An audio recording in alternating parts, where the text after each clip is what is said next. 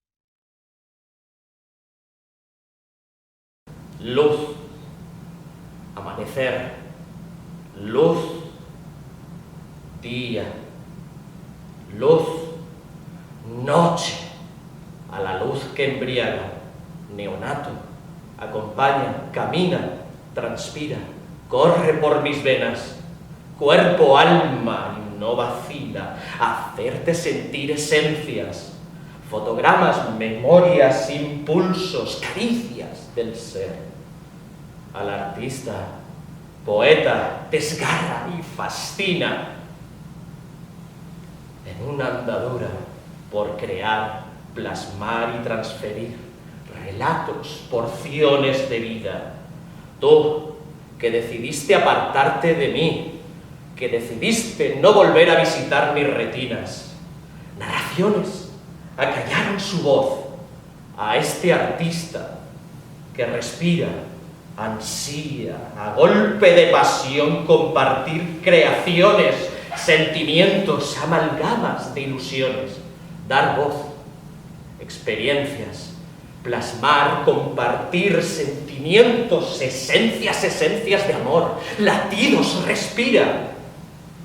Y me encuentro sin ti. No te oigo. ¿Dónde estás? Tranquila. Te escucho. Te siento, recorres mi ser, aunque no me das la guía a estos mis colores a plasmar. Hablamos un lenguaje nuevo, íntimo, personal. Mi pasión yace contigo en un enlace cautivo, simbiosis, expectativas, como el negativo fotográfico de tu ser, en esta dimensión paralelo, meridiano de tu sonoridad. Siéntete en calma, sensibilidad, sensualidad latente, estate tranquila, te haré renacer. En tu profundidad conversaré con tu otro yo, plasmaré, transmitiré, como un docente discípulo tuyo, crearé visibilidad al que ve y no mira, mostraré tu primitivo ser, tu serenidad, que desde aquí mi pasión puro, arte, alma, vida, transmita luz. Siéntete en calma, luz, está en paz, te daré vida.